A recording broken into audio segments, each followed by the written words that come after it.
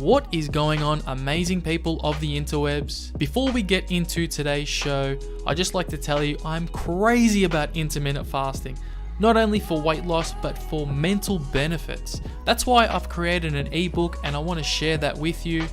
So you can check that out in the link in my description. So without further ado, let's jump into today's episode.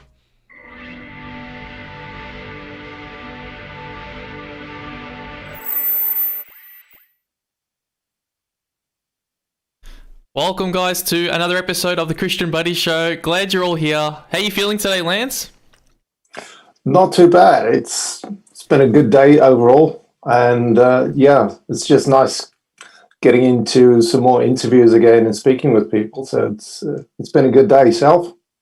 My day is awesome. It's just starting at 7 a.m. where I am. Yeah. So yeah, I'm happy to unpack a few things in today's discussion, and I hear that you're a cybersecurity expert. I'll call myself a cybersecurity professional. Put it that way. Expert means many things. It means that you specialize in various areas. I've become a professional just due to the fact that I've spent a lot of years working in IT. And then moved across into cybersecurity, and the area where I've become a lot more involved in, a lot more specialized in, has been social engineering psychology. I became quite fascinated in that, and that's allowed me to dive into all of the various topics which link into cybersecurity. But I've got a background in psychology and also basically brain health and mental health and various other aspects that all interlink with that. But yeah, cybersecurity is you could say, my day-to-day job, and I work in financial crime investigations and financial fraud investigations. Okay, I guess the way I wanted to structure the podcast is I myself and I'm in IT, so and I'm looking for that career change, and I guess cybersecurity. I guess. Maybe asking you for advice, like, what's the easiest and best way to get your foot in the door for cybersecurity? It depends on the area that you want to specialize in, area that you're interested in. What do you currently work on? What's your current area that you're working on? So, I guess I've got a certification in cloud. I've got my Amazon Solution Architect Associate certification, but I guess I haven't really narrowed down which area I want to specialize in. I'm just kind of taking whatever comes at the moment. So I guess I need to specialize in something or narrow down.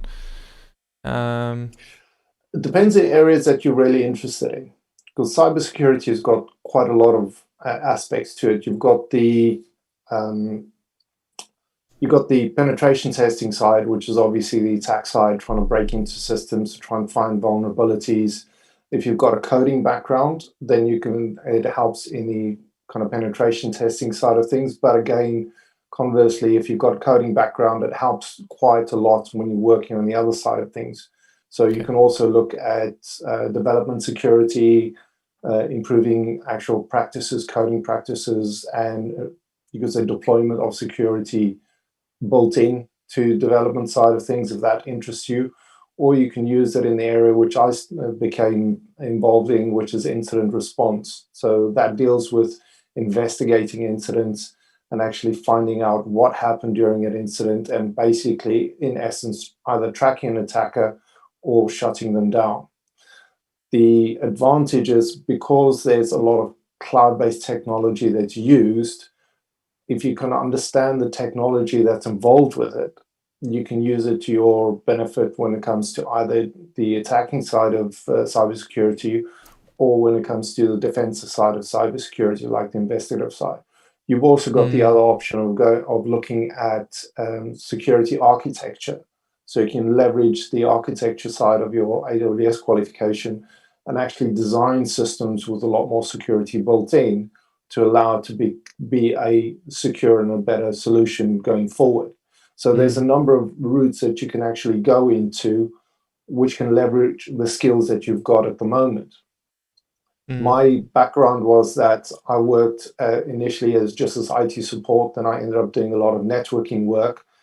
And the networking knowledge helped dramatically when I went into incident response, because I understood how networks connected together, how the operating systems work, how the telephony worked, how firewalls functioned, how you could bypass firewalls, and how you could actually trace routes through a network to understand how you would actually either target a company, or understand how you can defend a company effectively, or even looking for attackers, or how people traverse laterally through a network. So there are a number of ways that you can actually look at how you can get into that market. Okay. The key thing is to have an idea of what you like doing. What is it? Do you have a preference for cloud things? Do you have a preference for the attack side of things, or is it more the defensive side? Or does the architecture side really appeal to you? Yeah, the architecture side appeals to me, and just designing systems and things of that nature. So yeah, I guess that's something I'd have to kind of explore on my own. But kind of moving on to the next topic, and I want to kind of thanks for sharing that. I want to kind of explore into the health realm, because this is mainly a health and wellness podcast. So what is 1 breath, 1 minute? It's something I came up with because I'm very fascinated with, one, meditation, and two, health in general. Give a bit of background on why I got involved with it. When I grew up, I had an issue with asthma when I was younger. And then for some reason, I started having a problem with eczema when I was around about 18. I then took quite a long time to figure out it was tied to my nutrition. And once I sorted that out, I then started getting involved in a lot of training. I did a lot of obstacle course racing, and I got back into, you could say, a lot more exercise and training. One of the areas I became fascinated in was cold water immersion, and how the body physically reacts during cold water immersion, especially doing an obstacle course race. If you're in cold water, especially during winter condition, you have something which is called a mammalian dive reflex. And that understanding how hypothermia affects the body helps you to understand how you can cope during an event. And that meant that as I started diving into the psychology side of things, I started tying in the physiological side with the psychological side to understand how physiology and psychology works, and how the neuroscience ties into health and nutrition, and how those all intersect. Now, getting back to kind of the 1 breath, the reason why I developed 1 breath is that I started looking into breath control as a way of improving immune system responses, improving overall health and wellness. And the key thing that I realized is that your breathing is the only way that you can physiologically change how you react and how you think. Right, that's interesting. This is the most important thing, which I didn't realize. If you think back at day-to-day, you could say, quotes and terms, when somebody is stressed or something, your parents or friends or somebody will say, take a deep breath, count to 10. The reason why I say take a deep breath and count to 10 is because you signal through your vagus nerve, which is the nerve that links the brain, the heart, the lungs, and all your organs and your intestines, and you signal up to the brain to relax. The reason why that relax is because you take a deep breath, it goes into your abdomen, and that helps signal up to the brain that you're breathing deeply, and then you need to calm down. So if you're stressed, you shallow breathe. You've seen it where somebody's been in a stress condition, they hyperventilating. Sure. When you tell somebody to take a deep breath, you're signaling to the brain to calm down. Now, what that does from a neuroscience perspective, it switches the fight or flight area that you use during a stress response, and you start switching to other parts of the brain. Now, where it became really interesting is, as I started looking into it, is that when you breathe deeply and you do it on a regular basis, it actually changes the area of the brain that you use, which is the amygdala and the fight or flight area, which is basically the primal part of the brain, and it switches to the prefrontal cortex. Okay. So that's where you start using the you could say the analytical and the higher cognitive functions instead of the more automatic and fear-based and emotional-based responses. Now, where it became really interesting is that the research shows that when you take deep breath and you do a slow exhale, it's a way of actually triggering up to the brain to calm down. And people do that naturally when they're in stress situations, when they go into something where they need to brace themselves for it. You take a deep breath and you exhale. So with the one breath research that I did into meditation, I got really down a bit of a rabbit hole, and I came across an article, a research article, where they did specific scans on people in Japan that were practicing ninjas, and they found out that they could change their brain waves through breathing. So they can get into the alpha theta state of the brain waves just through using breathing. And the breathing focused around the ability to be able to do a breathing in one in an exhale, which took up to a minute. And I became quite, you could say, fascinated at how to develop that skill to be able to do a breath in 1 minute, which was an inhale and an exhale. And I tested quite a few different ways to see if I could find a way that I could, one, do it easily and do it repeatedly without exerting so much control on my physical breathing that I was end up having to break out of that cycle to ventilate. Because I was finding that I was using up oxygen trying to control my breathing. So I was able to develop a way that I could have a normal breath cycle and get up to a 1 minute breathing cycle. And the benefits of that is that it allows me to use the higher, you could say, prefrontal cortex part of my brain without using, you could say, the stressed area, the limbic primal part of the brain. And the other benefits that it has from a lot of the research coming out is that the psychological benefits is that you're feeling less stressed because you're using other parts of the brain and because the body is relaxing. When the body is relaxing because you're taking a deep breath, your heart rate reduces, your blood pressure reduces, and your stress level reduces.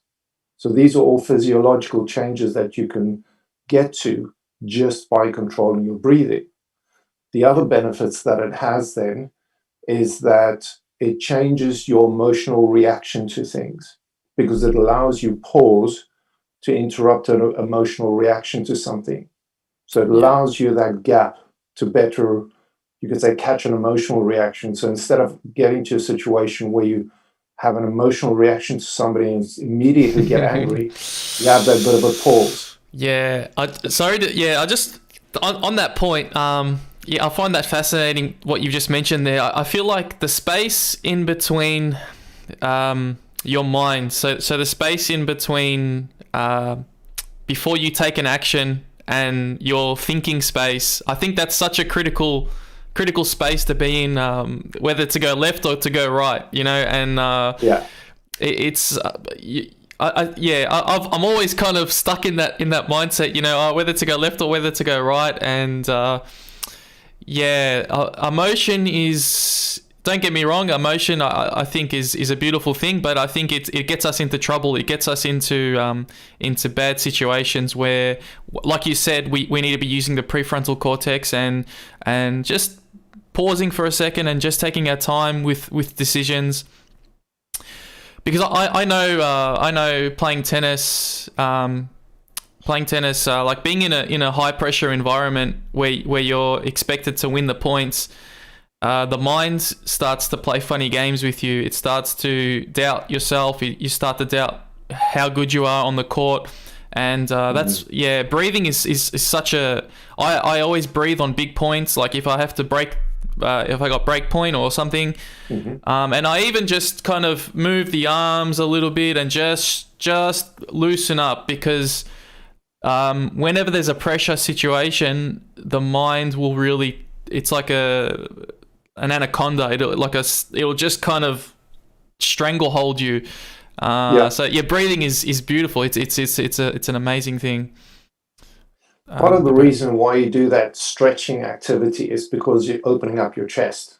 And it's a way of actually signaling through your body to your brain, open up, relax, take a deep breath. So by stretching, you're trying to open up your chest and you're trying to expand your chest to improve your breathing.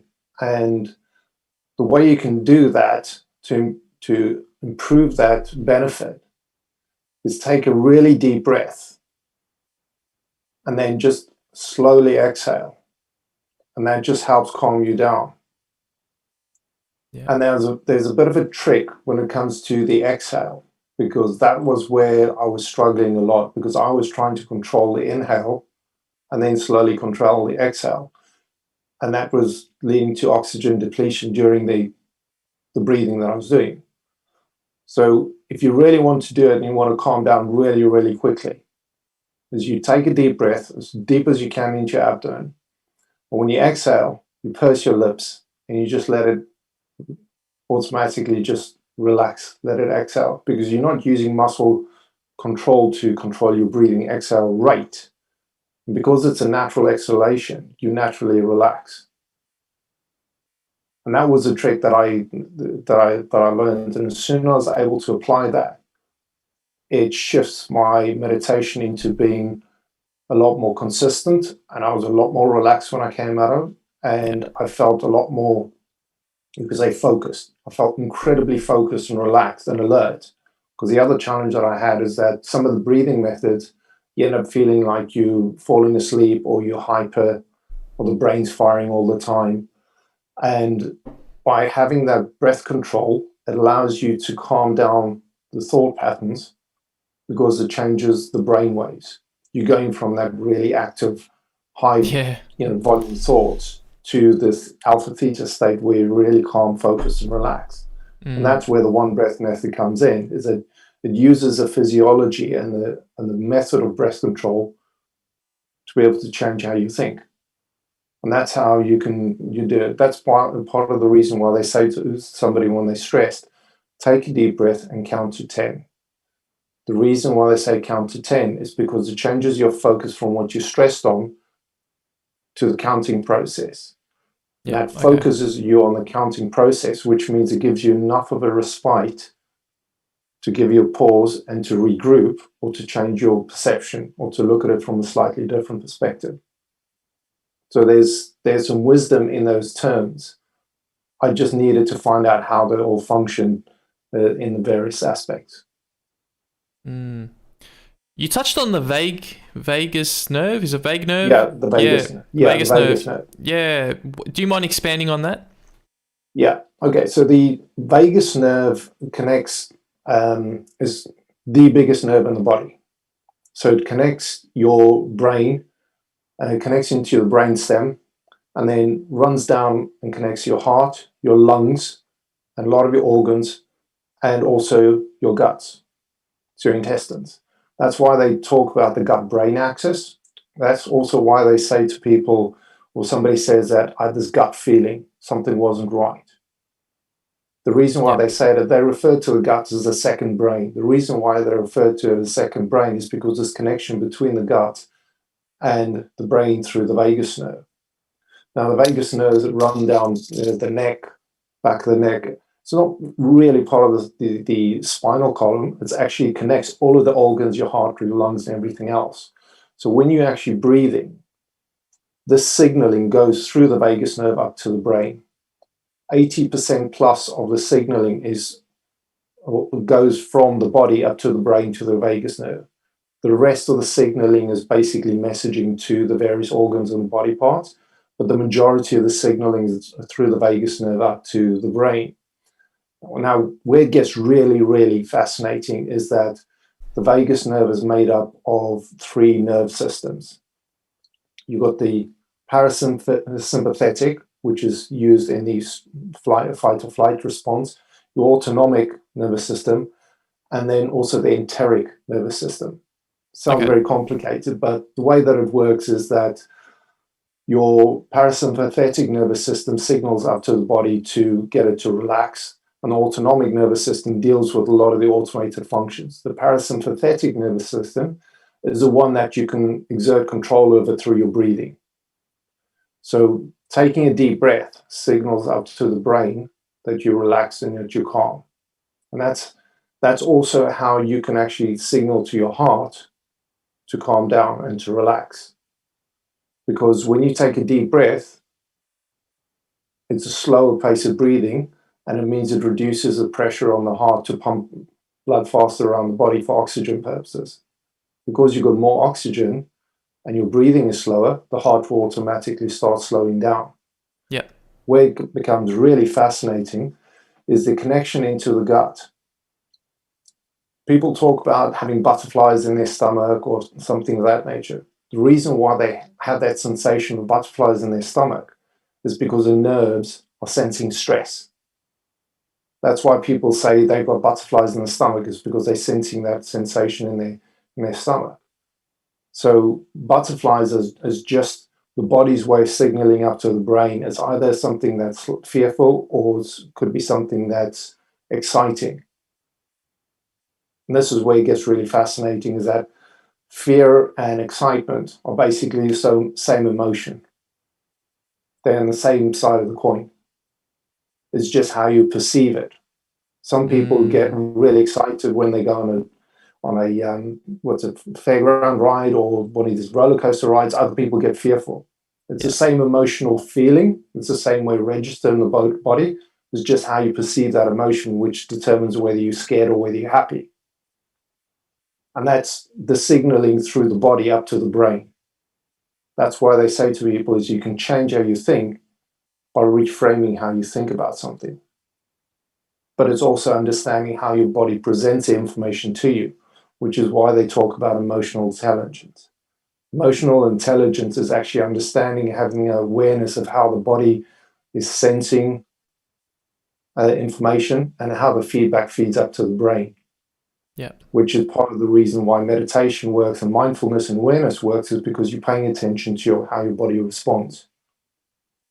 So it's very key to have that understanding or the connection between your thinking and your physical sensations, because those sensations give you feedback. They tell you how you should react. And the same thing when you have a game of tennis. If you're feeling confident in a game of tennis, your thinking is completely different. You've got a lot more creative thought. Yeah. You're a lot fluid in the way that you play. When you feel that you're on the edge or that you're not winning or you're struggling, your thinking switches. You're trying to preserve yourself. You're trying to defend your position. You're trying to play defensive shots. So it's completely different play and thinking as part of that process. Yeah, it's almost, I know when I'm playing well, I almost enter into this flow state where I'm not trying to think. I'm just, it's non-thinking almost. And it's acting instead of thinking almost. It's like the body has an intuitive understanding of what to do next. Yeah. So flow state is another interesting aspect, because flow state is, as you say, that really Zen state of limited or no effort, where you feel everything flows and you're creative, you're relaxed, and you've got an expanded perception and visibility of your game, and you feel, you could say, almost creative in the moment. But to get into a flow state, that requires a couple of ways that you can trigger it. But when you get to a flow state, it is one of the most magical feelings that you can get. Because it just feels fluid and it feels fantastic. So flow state is, you could say, the high performance side of things. And that is that's another fascinating aspect of, you could say, neurochemistry and high performance sport, but even something that you can get in other areas of life, because it Yeah. doesn't just, it's something that's come through from kind of extreme sports into, you could say, everyday terms and everyday, you could accept the practice. And now people are starting to focus on how to get flow states in various other aspects, like when they're working, when they're doing any kind of activities. And also it comes in when you sometimes get, when you're doing meditation, that you can also get into flow state with meditation. So flow state is another fantastic, aspect of, you could say, human performance. Yeah, I listened to an amazing podcast. I'm not sure if you know Lex Friedman. He had a productivity guru on his show, and they were talking about the biggest killer towards that flow state is context changing. So for example, if you're writing an article and then an email pops up, that's like the biggest killer towards productivity. Your mind is so focused on one thing, and then when it goes to the other thing, you lose all sense of productive means. And then to go back to the original thing that you started takes so much effort. So I just found that interesting, and I think it ties into being in the flow state. Just you have to have a bit of laser-minded. You have to have that focus on the one task. Yeah. That process is known as switching. So one of the things that you can do if you are able to do it, unfortunately with technology and support jobs and a lot of the work that people do nowadays, distraction is actually built into a lot of the tools, which is really, one, quite frustrating. Two, doesn't mean that you always get work done. The reason why I say it's quite frustrating is because you've got email pop-ups, you've got chat pop-ups, you've got distraction built into the technology. And it's the same thing with phones and all these things. They're requesting pop-ups and notifications and everything else to capture your attention. And those, as you said, is flow state killers, because you can't focus on the job that you're doing. And it means that you don't build up, you could say, that momentum of working in that same track. And that's where you really get, from a contextual point of view, you build up a lot of, you could say, mental contextual insight into things that you do. That's when you get those aha moments and you get really creative with the work that you're doing. So flow state pop-ups and notifications like that are really quite distracting in certain aspects, and it does cause quite a lot of problems with productivity and creativity. Yeah.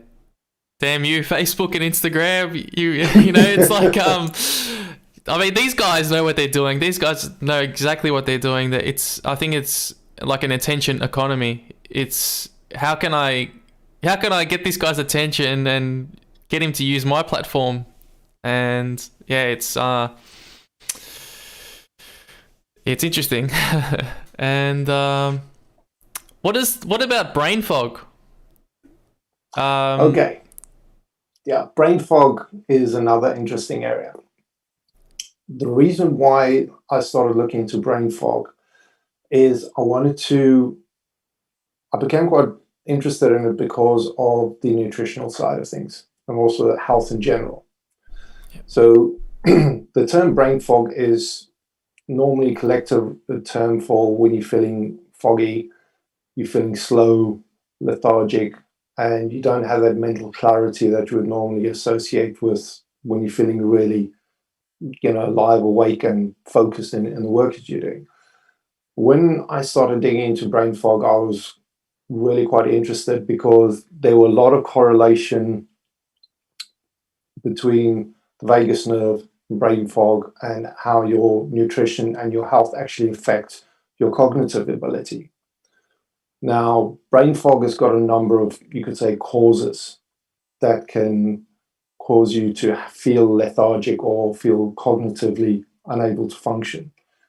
A classic case of brain fog is somebody that's hungover. They feel really slow. Obviously, they're dehydrated. You can't function because you don't have the mental energy, you don't have the willpower, you feel just like death, warmed Yeah. over. And that's a good example of how you feel when you've got brain fog. Now, there are other issues that brain fog, or that can cause brain fog. Health. So if you're feeling sick, you're feeling stressed, any of these things can cause you to feel under the weather or feel cognitively impaired. And you can have environmental factors that can cause it. So if you have, there are cases where mold infection can cause inflammation, bacterial infection. Those can cause the body to react to the infection, and inflammation can cause cognitive impairment. And if you've got other environmental factors like pollution, those are aspects which can affect your ability to, you could say, focus and function cognitively at a higher rate. Nutrition, again, ties into brain fog because it's that, you could say, direct link between the gut and the brain that causes your brain to be affected.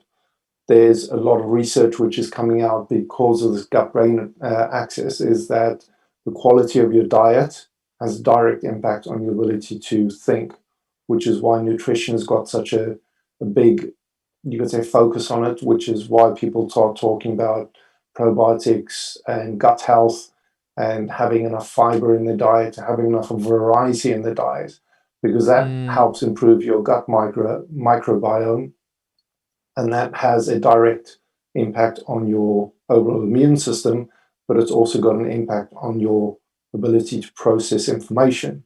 Are you into intermittent fasting? Yeah, very, very, very much so. I've been doing IF for a very long time. I started getting involved in intermittent fasting for a number of reasons. I did it initially to when I started doing a lot of, you could say, keto diets. I did a lot of bulletproof fasting for a long time. I did a lot of that diet for quite a long time. And I became really fascinated with the fact that I was feeling, you could say, a lot clearer cognitively, and I felt that I was able to have a lot more consistent energy during the day when I did do intermittent fasting. There were some times where I actually pushed the amount of days I would fast. The longest I've done is about 3 days of fasting, but then I felt that my energy levels were actually increasing over a period of time, and I felt a lot more clearer over a period of time because I felt that keto state kicked in and the energy levels changed. But obviously, your body changes your energy usage because you're going into ketosis. And that, to me, is one of my go-to tools when I start feeling either lethargic or I feel like I need a bit of a boost. And the other good thing is that the benefits on the gut is quite dramatic because it actually gets the gut to go into a self-repair mode.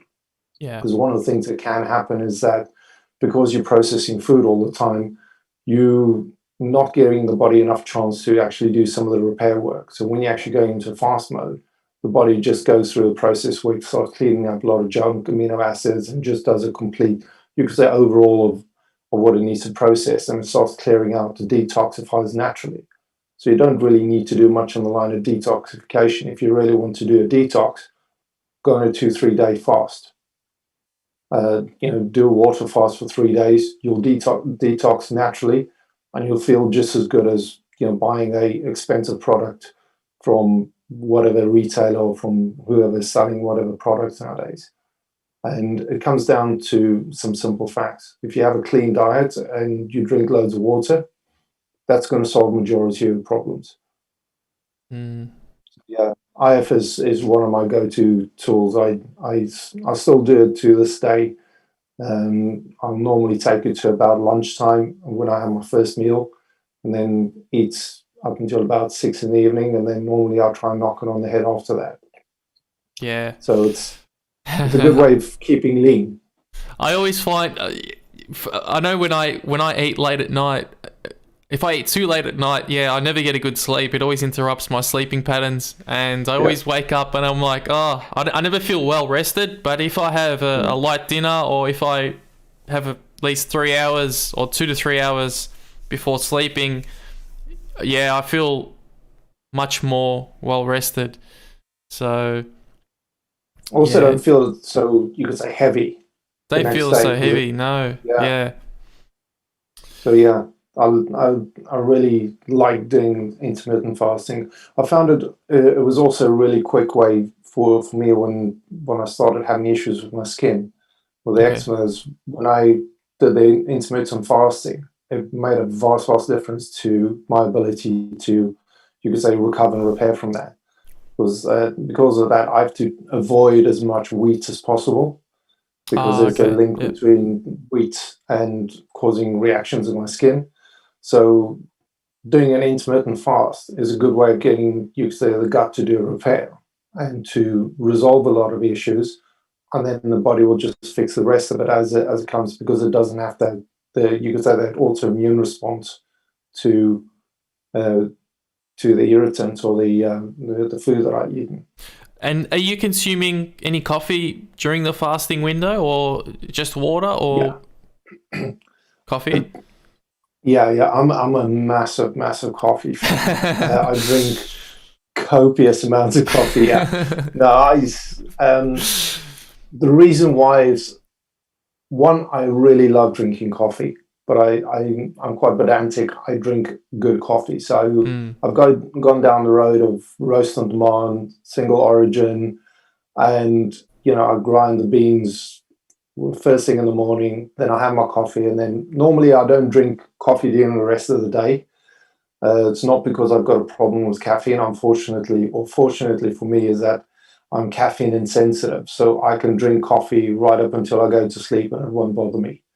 But the reason why I just drink coffee in the morning is because, and then forces me to drink water throughout the rest of the day. If I do have a coffee a bit later in the day, then it's okay. But I drink a big cafetiere every morning. So is that the Italian style pots? The is that the ones you're referring to? The cafetiere? The cafetiere is like the big, the big coffee presses. Oh, okay. Wait, I'll be right back. Yeah.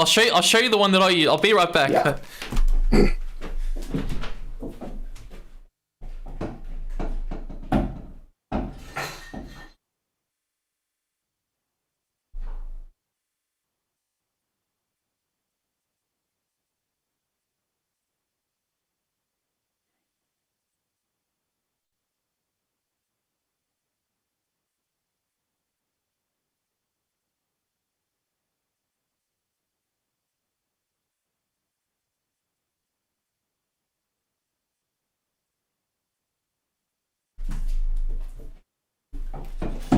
All right. Yeah. Thanks for waiting. All right, so I'll show you the collection that I've got. So this is the one. So you just you put the coffee grounds in there. Put this on the stove. And then when I went to Vietnam, they have this one here, which is pretty. So what you do is you just put it on top of the yeah, and then you pour your water, and then the last one. Is this the one that you the French press? Okay. Yeah, the French press, but I've got one that's double that size. Oh wow! Yeah, this is a small one. Yeah, I've got one that's, I think, normal. You can get about 4 or 5 cups of coffee out of it. But I've got like a really big mug, and I get about two mugs of coffee out of that. But yeah, that's my thing. As I've coffee first thing in the morning, and the rest of the day I drink water. But coffee. If you have really good coffee, it's one of the best things that you can have. Unless you obviously caffeine sensitive. But there's a lot of research where caffeine has got benefits when it comes to training, recovery, and just in general is just a very healthy drink. Have you have you ever tried? I mean, because at one stage of my life, I was trying to substitute coffee for green tea, and I just could never do it. I struggled so badly. Like I would in the morning, I'd have a green tea, and then it was like coffee is like my only it's like my Vice. only vice, yeah. And Yeah. I struggled. I really struggled to switch to green tea only. Yeah. Yeah. A lot of people, green tea is a go-to thing. Some people are really fond of green tea. It doesn't work for me. And the other thing that I can't really stomach or that I can't deal with is cold coffee. Oh, I okay. Yeah, the whole overnight coffee or the cold filtered coffee. I've tried it a couple of times and just yeah, Okay. I can't deal with that. It's got to Even on a be hot day? hot coffee.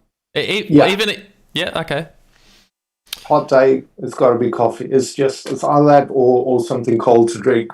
Um, Coffee is my go-to thing. If I don't have coffee, then my day is seriously missing. The only time when I'll not have coffee is because I physically cannot get hold of it. Right. Or when I've run out of coffee, I've got nothing in the house. Then I've then but then I'll blame myself when I start getting angry with myself because I didn't order my beans or I didn't prepare properly or I didn't check to see that I had any coffee. So yeah, no, I can't. I've tried drinking little or no coffee, and it's just some people smoke, other people drink. I just drink coffee. Speaking of drinking, are you much to drink as well, alcohol, or what's your opinion on But that? more recently than before. At one stage, I couldn't touch alcohol for a very, very long time. Um, and the other thing I looked into is just to understand how the body processes alcohol, just out of curiosity. And overall, there's no real benefit that Mm, alcohol has got on the body, just yeah. because it puts such a massive demand on the liver to try and process it, because it's got to go through a number of stages to actually break down the alcohol into something that it can actually then get rid of. Yeah. And that's part of the reason why when you go on a really heavy drinking session, you eat a lot of kind of rich food afterwards, is because your liver needs that energy to be able to process the alcohol, because it's so demanding on the liver. It literally stops all other processing just to process the alcohol and break it down Yeah. into something that's ability for the body to get rid of. And it also uses up a lot of, you could say, energy and resources, water and everything else. Is part of the reason why you feel so dehydrated. It's because the body's used up, or the liver's used up a lot of the resources to process alcohol.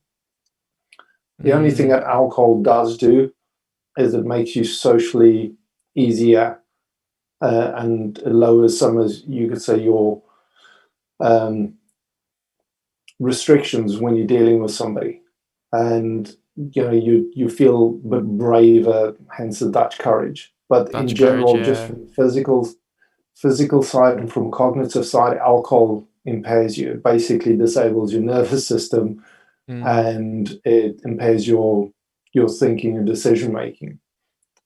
Which is now why it's so important where they say to pilots, no drinking 8 hours before flight, because they know the impact of alcohol is so dramatic. And one of the things that I did for a while is I had what's a biometric monitor, a Whoop. I don't know if you've heard of oh, them. Whoop strap, is it? Yeah, Yeah. and yeah, I had that and I tested that. And when I've had something to drink, it has an immediate impact on my heart rate variability, and it has an immediate impact on my sleep. It's got a dramatic knock-on effect almost immediately. I could see it within my biometrics almost instantaneously. Okay. And when you get to high performance athletes, they say that that hangover can last up to 4 days. The effects of a hangover can last up to four Yeah. days. It's a huge impact on a physiological uh, process, just because it puts so much demand in your body. and it affects your performance levels to such a degree. So which is why a lot of the high performance athletes, they don't drink at all, is because the effect on their physical system is so dramatic, but it also affects their performance and their cognitive performance. Yeah, I know. Like speaking of professional athletes, like I know, like going into the UFC realm, fighting realm, I know. I'm not sure if you're familiar with Khabib Nurmagomedov. He's retired now, but he's undefeated. And he's strict on. He's openly said that he doesn't drink alcohol, and maybe it's more of a religious thing, but I mean, you look at the results. No one's ever beaten him, and I don't know if stopping drinking is the cause of his success, but I'm sure that it's one thing that's helped him along his journey. Because I know personally, just from having a big night, the next day you're not going to have a productive day. The next day you can no you really need to it's in a sense there's no real use for alcohol. I mean, I know a lot of people listening to this may not appreciate that, but like you said, there's really no purpose, there's no sense for it. I mean, unless you want to talk to that girl, or I don't know, if you got a bit of Dutch courage. But I mean, you can learn to go without the alcohol. I mean, people jump out of planes, people do all these crazy things without alcohol. Why do I need alcohol to talk to a girl? You know, I should have the courage, and I should have, to go up there and talk to whoever. That's the way I see it. So. Yeah, it's just a bit of social awkwardness. Part of that just comes down to, you'd say, becoming a lot more comfortable speaking with people, and that's a bit of a skill that you need to learn as you grow up. And that's part of the reason why socializing is so important. That's part of the reason why social engagement is so important. Is because you learn how you can actually engage with those people, and you learn to listen and to be part of a conversation. And find out, how you can engage somebody else, and that's a skill. I mean, alcohol, lowers, you could say, that awkwardness and that, you could say, fear reaction to it. But if you know how to do it cognitively, you won't need alcohol to do it, and it means you can do it any time of day. And it's an interesting topic. That it's and it's good that you mention it.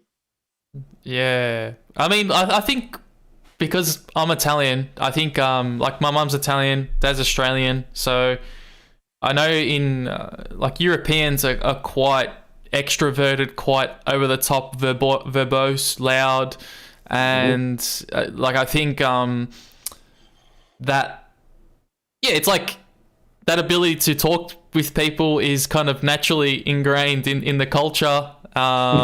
To a sense, yeah. I'm not sure if there's any truth to that, but I mean, it sounds good, so I'm going with it. So I think certainly culture does have an impact on how people engage and how people react. I mean, if you take a look at conservative societies, the whole approach is a lot different. People are a lot more demure, a lot more restrained, a slightly different way they're reacting. If you're taking in certain Western cultures, especially Italian cultures, people are very gregarious. They're very responsive. They use a lot of hand gestures, very emotional. So there's a lot of, it's a cultural thing. So it just depends on where you go. If you take a look at Japan, it's a lot more, say, conservative, restrained, and the way that the culture presents itself, there's a lot more focus on restraint and demurity rather than engagement. So it's a different way that you've got to take into consideration how people are. And then you also got people's own personal, you could say, perceptions on life and their own, feelings and beliefs, which will determine how confident that they are. So it's a different story, you could say. Yeah, it's quite complicated. And what's your opinion of smartphone usage? It's got its place in the universe,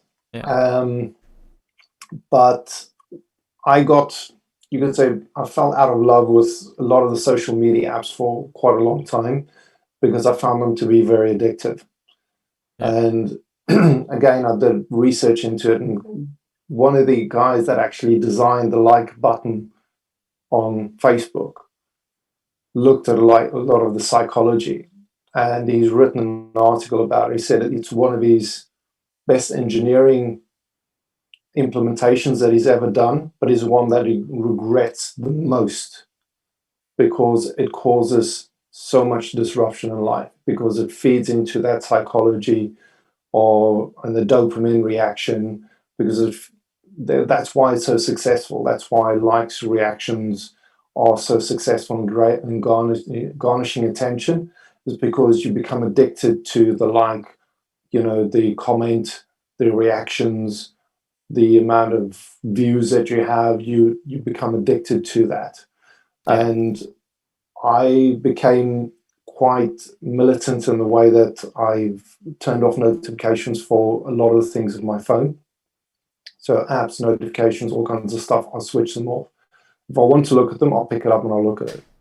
The only thing that's really something that I won't switch off is obviously calendar entries, because that's how I use it to structure my day.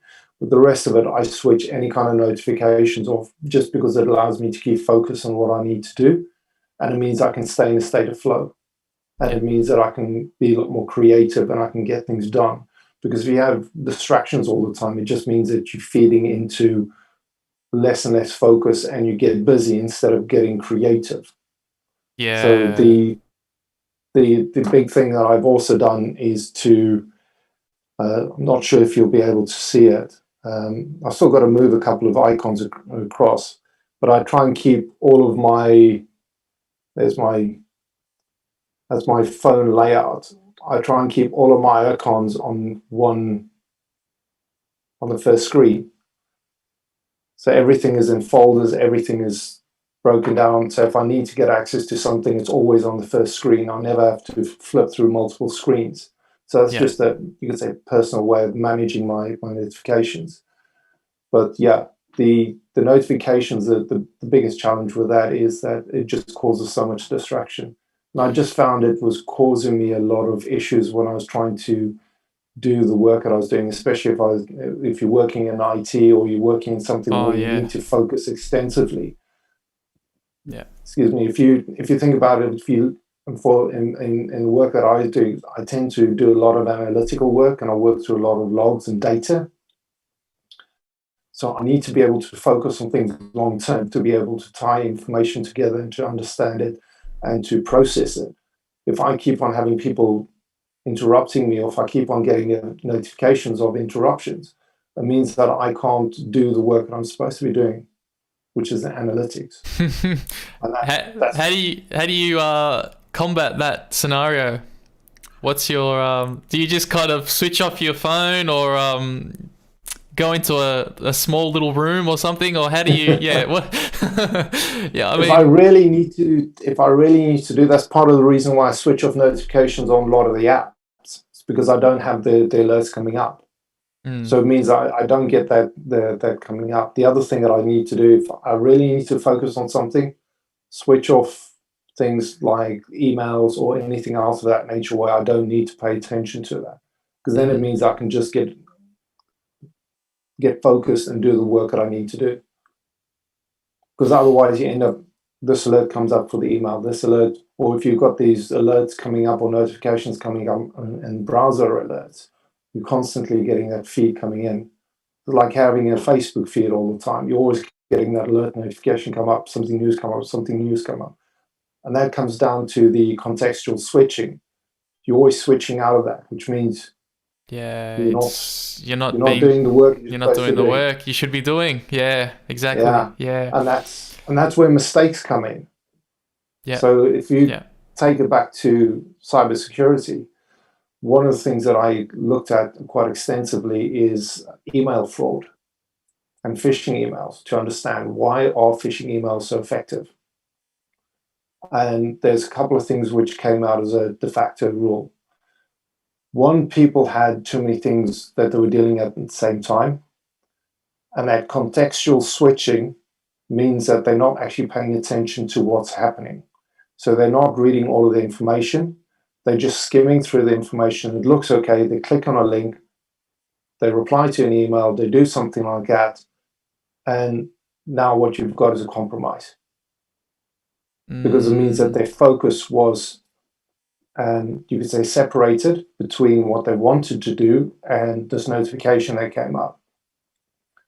And there's a couple of cases where people said, oh, I was busy and I was paying attention to that, and then I saw this email, it looked okay, I clicked on the link. Or I was expecting an email from this, phishing email came through which looked like it was the same thing. I didn't pay attention that the domain was wrong or that the email address was slightly wrong. It just kind of looked okay. And I made a mistake. And that's why it's so effective, is because it's relying on this distraction all the time that people build into their lives for people to make mistakes. And that's the core reason why people get compromised. It's because they got too many things which are distracting them. And it just takes one mistake and you've got a breach of epic proportions. Yeah, I'm wondering why I never got that $10,000 from my long lost cousin in Nigeria. I'm still waiting for that money to arrive. Yeah. Just send us your bank details first. Yeah. Oh yeah. So that's your primary area of work. Is that or that's one of your areas of work? Is it the phishing? Yeah. Yeah, cybersecurity is the primary area that I work in.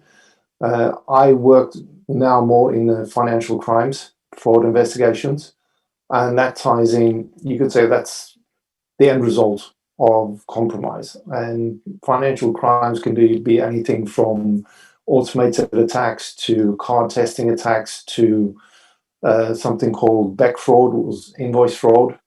And this is an area which I became really fascinated because it ties into a lot of the psychology that I'm involved in social engineering. Back fraud is basically where people send in emails, get people engaged in the whole process, and they say, okay, look, can you change the bank account on this, on this account, and then pay the money into this bank account because we've changed bank accounts, everything else is the same, can you just pay it through to the bank account? Yeah. And again, it comes down to the fact that people are busy, they're not paying attention to the details, they've started engaged with them, there's a trust aspect that comes into it, they change your bank details, and now suddenly they're routing payment into a fraudster's account. And this was so successful that Google and Facebook fell for the scam, and they paid over $100 million to some guy in Lithuania over a period of 3 years. Wow. So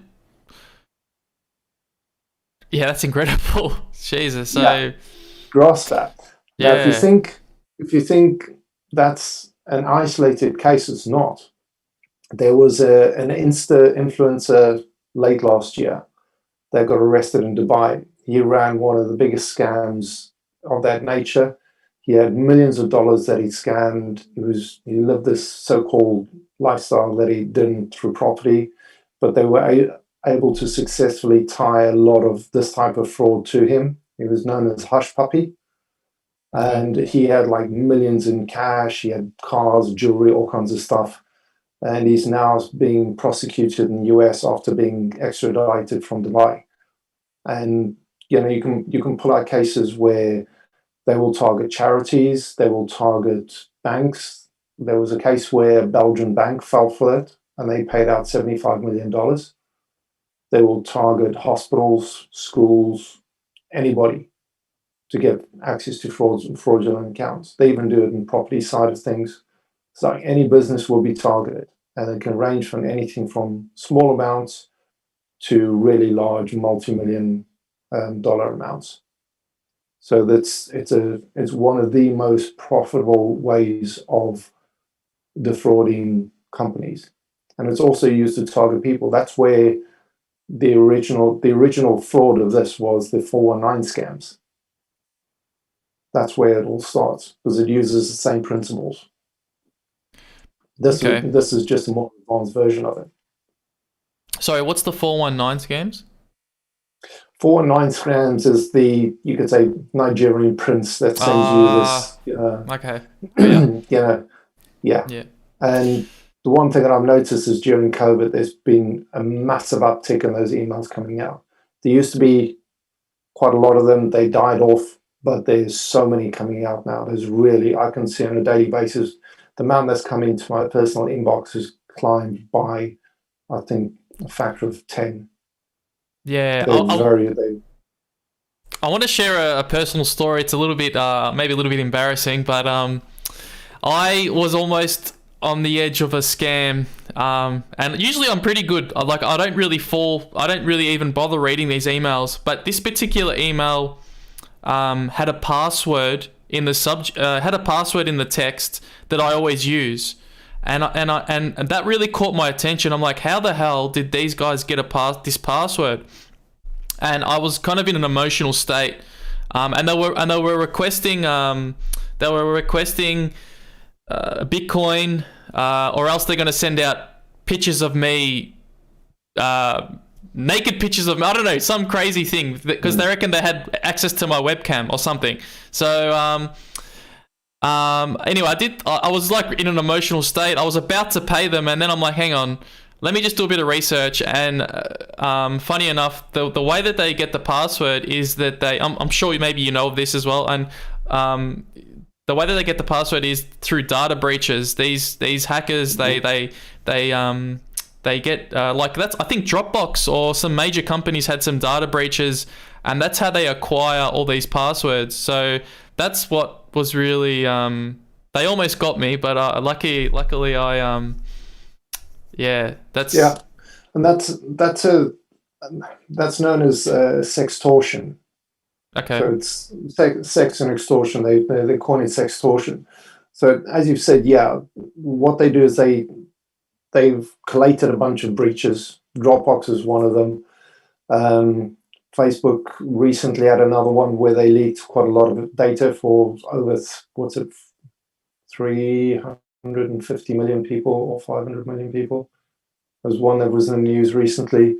Ashley Madison, that adult site that had got compromised.